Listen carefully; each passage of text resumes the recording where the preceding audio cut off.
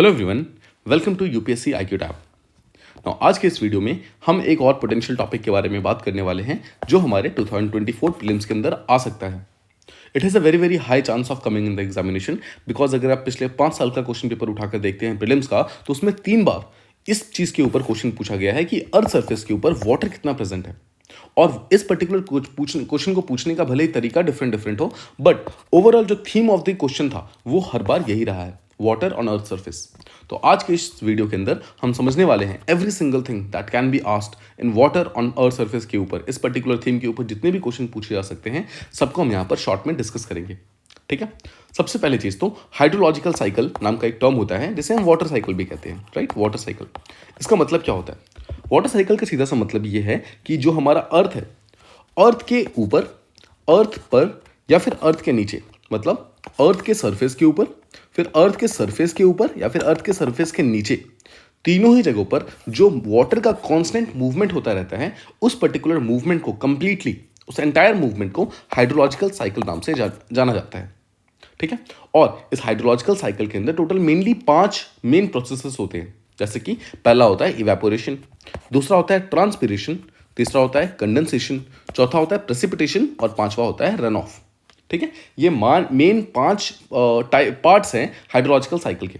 तो I hope आप hydrological cycle का मतलब समझ गए। सबसे पहली चीज तो वाटर का कांस्टेंट मूवमेंट कहां पर? सरफेस ऑफ द अर्थ पे, सरफेस के ऊपर यानी कि हवा में, और सरफेस के नीचे यानी कि सॉइल के अंदर। इन तीनों ही जगहों पर वाटर का जो मूवमेंट है उसे हाइड्रोलॉजिकल साइकिल कहते हैं। ना ये जो 5 टर्म्स हैं, 5 जो पार्ट्स हैं हाइड्रोलॉजिकल साइकिल को, सबसे पहले तो हम उनको समझते हैं। पहला पार्ट है इवेपोरेशन। इवेपोरेशन बहुत इजी टर्म है, आई होप आप ये चीज समझ गए होंगे। इवेपोरेशन का सीधा सा मतलब है जब पानी गैसियस फॉर्म में बन जाता है और वाटर वेपर बन जाता है। मतलब कि लेट्स से अगर वाटर है, ठीक है, अगर ये वाटर है और किसी कारणवश अगर वाटर यहाँ पर गर्म हो जाएगा, मतलब अगर टेम्परेचर इंक्रीज होगा, टेम्परेचर इंक्रीज होते ही जो वाटर ड्रॉपलेट्स हैं वो धीरे धीरे, यानी कि जो लिक्विड फॉर्म है वाटर का, वो कन्वर्ट हो जाता है गैसियस फॉर्म में, जिसे हम वेपर फॉर्म भी कहते हैं और जिसे हम वाटर वेपर कहते हैं। तो अगर सिंपल शब्दों में कहें तो वाटर का वाटर वेपर बन जाना, यही इवेपोरेशन है, ठीक है। अब किस टाइम वाटर वेपर में कन्वर्ट होगा? जब उसको गर्म किया जाए। और कितना गर्म किया जाए? जब वाटर को उसके बॉइलिंग पॉइंट पे ले जाया जाए। बॉइलिंग पॉइंट कितना होता है? 100 डिग्री सेल्सियस। मतलब 100 डिग्री सेल्सियस तक अगर आप गर्म कर देंगे पानी को, तो वो ऑटोमेटिकली गर्म होकर उसका वेपर बन जाएगा और वो हवा में आना स्टार्ट हो जाएगा, ठीक है। ऑलराइट, आई होप इवेपोरेशन पहला टर्म आप समझ गए। दूसरा टर्म है ट्रांसपिरेशन। ना देखिए, अब ट्रांसपिरेशन भी आपने कहीं ना कहीं सुना डेफिनेटली होगा। ट्रांसपिरेशन बेसिकली वाटर का मूवमेंट प्लांट्स के अंदर, उसे ट्रांसपिरेशन कहते हैं। समझिए, movement of water through a plant. मतलब कि देखो, लेट्स से एक प्लांट है, ठीक है, और एक पर्टिकुलर सॉइल के अंदर है ये इसके कुछ रूट्स हैं, ठीक है। अब इसके रूट्स के अंदर कुछ ऐसे बैक्टीरियाज होते हैं और इसके रूट्स के अंदर कुछ ऐसे फंक्शंस होते हैं जिसके थ्रू जो सॉइल होता है, जो अर्थ के नीचे सॉइल है, इस पर्टिकुलर सॉइल से ये वाटर मॉलिक्यूल्स को लेता है और अपने रूट्स के थ्रू होते हुए इस पर्टिकुलर प्लांट के अंदर वाटर को प्रोवाइड करता है, ठीक है। और वाटर को प्रोवाइड करता है through what? Through a process called as, through a part of the body called as xylem. मतलब जाइलम को इस्तेमाल करके प्लांट्स के अंदर पानी को पहुंचाता है, ठीक है, रूट्स।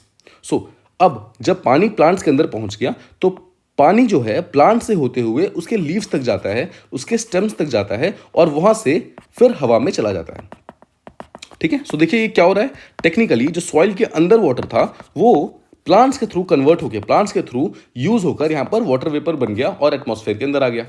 इसी पर्टिकुलर प्रोसेस को बोलते हैं ट्रांसपिरेशन, मतलब movement of water through a plant. और फिर उसका इवेपोरेशन हो जाता है from its aerial parts. Aerial parts का मतलब क्या है? सिंपल वर्ड्स में इसके लीव से, उसके स्टेम से जब पानी आ जाता है तो वो ऑटोमेटिकली गर्म होने के कारण उड़ जाता है हवा में और वाटर वेपर में कन्वर्ट हो जाता है। और जब ट्रांसपिरेशन होता है तब तक प्लांट जो है वो कूल डाउन होता है, हमेशा ठंड की तरफ जाता है, ठीक है। सो आई होप आप सेकेंड टर्म ट्रांसपिरेशन भी समझ गए। थर्ड टर्म है कंडेंसेशन। देखो, कंडेंसेशन जो है वो उल्टा है इवेपोरेशन का। इवेपोरेशन क्या था? लिक्विड का गैसेस फॉर्म बन जाना, राइट, इसे कहते हैं इवेपोरेशन।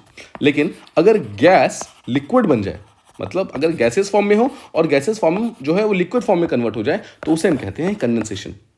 समझिए, the process of water vapour turning into liquid, ठीक है। वाटर वेपर मतलब गैस के फॉर्म में था, वो कन्वर्ट हो गया लिक्विड में। सो अगर रेन की बात करेंगे, रेन कैसे बनता है? वाटर जो वेपर होते हैं वाटर वेपर आपस में कंबाइन होते रहते हैं और कंबाइन होकर वो इतने ज़्यादा भारी हो जाते हैं कि वो नीचे ड्रॉपलेट गिर जाता है, रेन का वो ड्रॉप नीचे गिर जाता है और उसी को रेन कहते हैं। तो टेक्निकली रेन क्या है? It is a result of condensation, मतलब कंडेंसेशन होने के कारण वाटर वेपर लिक्विड में कन्वर्ट हुआ और लिक्विड में कन्वर्ट होने के कारण वो बेसिकली रेन ड्रॉप बन करके नीचे गिर गया। ध्यान रखिएगा, जो ये रेन होता है, rain is not a type of condensation, ये एक फॉर्म ऑफ कंडेंसेशन नहीं है, rather it is an result of condensation. ठीक है, कंडेंसेशन के कारण होता है, ये खुद कंडेंसेशन नहीं है। आई होप आप इतना समझ गया। इसके अलावा प्रेसिपिटेशन, अब देखिए रेन कंडेंसेशन नहीं है तो रेन क्या है? रेन प्रेसिपिटेशन है। प्रेसिपिटेशन का सीधा सा मतलब क्या है? जब भी कोई भी लिक्विड जो कि एटमॉस्फेयर के अंदर बन चुका है, अब लिक्विड है, मतलब लिक्विड है बट एटमॉस्फेयर के अंदर है, और जब वो जमीन पर गिर जाए तो उसे कहते हैं कि प्रेसिपिटेशन का प्रोसेस हो रहा है। देखो समझो फिर से, कंडेंसेशन क्या हो रहा था? गैस, मतलब गैस फॉर्म अगर लिक्विड में कन्वर्ट हो जाए तो उसे कहते हैं कंडेंसेशन। अब यही लिक्विड अगर जमीन पर गिर जाए तो इसे कहते हैं precipitation. I hope this much is clear. Condensation और प्रेसिपिटेशन में आई होप डिफरेंस क्लियर हो गया। ऑलराइट, और जैसा आप समझ सकते हैं प्रेसिपिटेशन बहुत सारे डिफरेंट टाइप्स का होता है, जैसे रेन होता है, स्लीट हो गया, स्नो हो गया, फॉग हो गया, ये सब चीज़ें प्रेसिपिटेशन का ही पार्ट है। एंड फाइनली पांचवा जो कीवर्ड है that is run of. Run of का मतलब क्या है कि लेट्स से सिंपल देखो, मान लो एक पतीला है, पतीले में आपने पानी रखा, ठीक है, और पतीले में आपने और पानी डाला, और अगर आप पानी डालते जाओगे तो जितनी इस पतीले की कैपेसिटी है पानी को स्टोर करने की, उससे ज़्यादा अगर पानी डाल दोगे तो पानी क्या करेगा? गिरना स्टार्ट हो जाएगा। This process is called as run off. अगर हम इसको जियोलॉजिकल टर्म्स में देखें तो अगर किसी भी लैंड सरफेस पे जहां पर वाटर जो है, उस पर्टिकुलर लैंड की कुछ कैपेसिटी होगी वाटर को एब्जॉर्व करने की, उस पर्टिकुलर वाटर को रिटेन करने की, अगर उस कैपेसिटी से ज़्यादा पानी वहां पर आ जाएगा तो पानी एक्स्ट्रा फ्लो होना स्टार्ट हो जाएगा और वहां से हटकर आसपास के एरिया में जाएगा। जैसे कि आसपास कोई नदी होगी, कोई तालाब होगा, कोई नहर होगा, कोई क्रीक्स होंगे, राइट, वहां पर वो पर्टिकुलर पानी चला जाएगा। इस पर्टिकुलर प्रोसेस को बोलते हैं रन ऑफ। आई होप ये पांचों चीज आप समझ गए। ये this is very very important. ये बहुत ही सिंपल टर्म्स है बट बिलीव मी यूपीएससी इसी चीज से बहुत ही आसान सा क्वेश्चन पूछेगा जिसमें +2 मार्क्स लाने बहुत ही आसान हो जाएंगे। एक बार फिर से रिवाइज करते हैं। इवेपोरेशन का मतलब क्या है? सिंपल वर्ड्स में जब लिक्विड जो है वो गैस में कन्वर्ट हो जाए उसे कहते हैं इवेपोरेशन, मतलब पानी जो है वो भाप बन गया। दूसरा ट्रांसपिरेशन, मतलब जब सॉइल का पानी प्लांट के थ्रू होकर के एटमॉस्फेयर में चला जाए उसे कहते हैं ट्रांसपिरेशन। कंडेंसेशन, कंडेंसेशन का सीधा सा है मतलब कि इवेपोरेशन का उल्टा है। इवेपोरेशन में क्या हो रहा था? लिक्विड गैस बन रहा था, यहां पर क्या होगा? गैस जो है वो लिक्विड बन जाएगा, मतलब जो वाटर वेपर है वो यहां पर वाटर बन जाएंगे। ठीक है। चौथा प्रेसिपिटेशन। प्रेसिपिटेशन का मतलब क्या है? जो वाटर कंडेंसेशन के थ्रू बन चुका है वही वाटर जब लैंड सरफेस के ऊपर गिरेगा तो उसे कहेंगे प्रेसिपिटेशन। और पांचवा है रन ऑफ, मतलब किसी लैंड की जितनी कैपेसिटी है पानी को होल्ड या फिर रिटेन करने की, उससे ज्यादा पानी अगर वहां पर आएगा तो ऑटोमेटिकली पानी ओवरफ्लो होना स्टार्ट हो जाएगा। That thing is called as run off. उम्मीद करता हूं आपको यहां तक सारी चीजें समझ आ गई। अब देखिए, वाटर जो है हमारे पूरे अर्थ सरफेस का, अगर मैं एंटायर सरफेस की बात करूं तो उसमें 71% जो पार्ट है वो वाटर है और 29% जो है वो लैंड है। मतलब जितने भी कॉन्टिनेंट्स हैं, माउंटेन्स हैं, अलग अलग टाइप के आप जो कंट्रीज देख रहे हैं ये सब के सब सिर्फ 29% ऑफ द वर्ल्ड सरफेस के ऊपर है। बाकी जो 71% है, 71% है, वो यहाँ पर अर्थ का सरफेस जो है वो वाटर से घिरा हुआ है। ठीक है। सो इसीलिए हमारे प्लैनेट को ब्लू प्लैनेट भी कहा जाता है, बिकॉज मेजरली हम क्या है? मेजरली हम वाटर से घिरे हुए हैं। पहली चीज तो। दूसरी चीज तो अब देखिए, जितना भी पानी प्रेजेंट है, अब हमने ये तो देख लिया कि पूरी जमीन का मतलब एंटायर अर्थ का 71% पानी है। अब जितना भी पानी है, मेजॉरिटी पानी कहां पर है? तो मेजॉरिटी पानी जो है वो सी के अंदर है, यानी कि ओशंस के अंदर है। मतलब सबसे ज्यादा पानी कहां पर है? सबसे ज्यादा पानी ओशन के अंदर है, समुद्र के अंदर है, जो कि ऑलमोस्ट 96.5% ऑफ एंटायर वाटर वो समुद्र के अंदर प्रेजेंट है राइट नाउ। ठीक है। इसके अलावा देखो, जो हमने एक इवेपोरेशन नाम का एक टर्म यहां पर पढ़ा था, देखो ऑलमोस्ट माना जाता है कि हमारे एटमॉस्फेयर में जितना भी पानी है एटमॉस्फेयर में, ठीक है, उसका 59% ऑफ वाटर जो है वो हमेशा इवेपोरेशन के अंदर ही रहता है। मतलब कि जितना भी पानी समुद्र को छोड़ दो, उसके बाद जो पानी बच गया उसका 59% जो वाटर है वो हमेशा हमारे इवेपोरेशन के फॉर्म में रहता है। इवेपोरेशन का मतलब क्या है? वाटर वेपर के फॉर्म में रहता है, मतलब हमारे एटमॉस्फेयर के अंदर प्रेजेंट रहता है। ठीक है। आई hope this much is clear. अब देखो, थर्ड चीज, वाटर जो है हमारे अर्थ के ऊपर एकमात्र ऐसा सब्सटेंस है जो कि तीनों स्टेट ऑफ मैटर के अंदर रह सकता है। 3 स्टेट्स ऑफ मैटर आपको पता है, सॉलिड, लिक्विड, गैस। तो ध्यान रखिएगा, पानी एकमात्र ऐसी चीज है इस धरती पे, इस अर्थ पे, जो कि एक सॉलिड के फॉर्म में भी रह सकती है, आइस क्यूब, राइट। लिक्विड के फॉर्म में भी रह सकती है वाटर, और गैस के फॉर्म में भी रह सकती है water vapour. So water is the only thing and that is why सबसे ज्यादा जो प्रेजेंट है वो भी वाटर ही है, 71% चीज वाटर ही है, ठीक है। इसके अलावा अर्थ जो है, हमारे जितने भी प्लैनेट्स हैं हमारे सोलर सिस्टम में, उन सब में एकमात्र ऐसा प्लैनेट है जहां पर पानी तीनों ही स्टेट्स के अंदर एक बार में पाया जा सकता है। मतलब अगर आप ध्यान से देखो तो एक ही जगह पर आपको आइस, वाटर और वाटर वेपर तीनों चीजें मिल जाएंगी। मतलब एक साथ एक जगह पर तीनों 3 स्टेट्स ऑफ मैटर पाए जाने वाले, मतलब वाटर के तीनों स्टेट्स पाए जाने वाले अर्थ एकमात्र प्लैनेट है। देखो ध्यान से समझो, जो सॉलिडिफाइड वाटर है, मतलब सॉलिडिफाइड वाटर का मतलब क्या हुआ, आइस।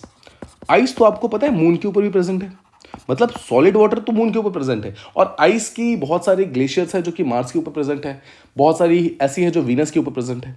तो सॉलिड फॉर्म में तो जो ये वाटर है वो अलग अलग प्लैनेट्स के ऊपर प्रेजेंट है, राइट। अब लिक्विड फॉर्म में है तो आप जानते हैं कि जैसे आपने देखा होगा कि अर्थ के ऊपर प्रेजेंट है पहली चीज। तो उसके अलावा आप पता है आपको वीनस के ऊपर सल्फ्यूरिक एसिड के ओशंस होते हैं, सल्फ्यूरिक एसिड के ओशंस है, तो ये भी तो टेक्निकली लिक्विड फॉर्मेट के अंदर ही है, ठीक है। और तीसरा गैसियस फॉर्मेट, तो आप जानते हैं कि जो जुपिटर है, जुपिटर के ऊपर हमेशा बारिश होती रहती है, हमेशा रेन होता रहता है। सो बारिश होती है इसका मतलब क्या है, ये भी लिक्विड फॉर्म के अंदर प्रेजेंट है, और बारिश होती है इसका मतलब है वहां पर वाटर वेपर भी होगा, बिकॉज वाटर वेपर के थ्रू ही तो रेन फॉर्म होता है, लिक्विड ड्रॉप्स फॉर्म होते हैं। सो उम्मीद करता हूं आप समझ पा रहे हैं कि किसी एक स्टेट ऑफ मैटर की अगर बात करो वाटर के, तो वो किसी न किसी प्लैनेट के ऊपर प्रेजेंट है। बट अर्थ एकमात्र ऐसा प्लैनेट है जहां पर तीनों ही स्टेट ऑफ मैटर जो है, तीनों ही स्टेट ऑफ वाटर जो है वो यहाँ पे प्रेजेंट है, ठीक है। That is why this is very very important. इसके अलावा एक बहुत ही इंपॉर्टेंट चीज़ है जो यूपीएससी अक्सर पूछता रहता है कि पानी का जितना भी प्रेजेंस है वाटर अर्थ सरफेस के ऊपर, उसको डिक्रीजिंग या फिर इंक्रीजिंग ऑर्डर के अंदर लगाने के लिए, तो उसको याद करने के लिए एक सिंपल सा ट्रिक है। आप याद कीजिए ऑयल्स आर ब्लैक, ठीक है, मतलब तेल काले हैं। ऑयल्स आर ब्लैक को अगर आप याद रखते हैं तो ऑयल्स को देखो, ओ से ओशंस, यानी कि सबसे ज़्यादा पानी कहाँ है, ओशंस में। सेकेंड नंबर पे आई यानी कि आइस कैप्स और ग्लेशियर्स, ठीक है। एल का मतलब लेक्स, और एस का मतलब सॉइल मॉइस्चर। ये हो गया टॉप 4। इसके अलावा है आर में से ई छोड़ दीजिए, तो ए और आर इंपॉर्टेंट है। ए का मतलब है एटमॉस्फेयर, और आर का मतलब है रिवर्स एंड स्ट्रीम्स, और फाइनली ब्लैक का सिर्फ पहला वर्ड लेना है, बी का मतलब है बायोस्फीयर। तो उम्मीद करता हूँ आपको ये चीज़ बहुत ही आसानी से याद हो जाएगी कि पानी कहाँ कहाँ पे प्रेजेंट है हमारे अर्थ सरफेस के ऊपर। No, I hope this particular video was of some use to you. आपको कुछ नया सीखने को मिला होगा। उम्मीद करता हूँ इस पर्टिकुलर वीडियो से आपको प्रीलिम्स के अंदर कुछ क्वेश्चन को सॉल्व करने में डेफिनेटली हेल्प मिलेगा, ठीक है। अगर आपको ये पर्टिकुलर वीडियो पसंद आया हो तो please do a like, share and subscribe, and thank you so much for listening.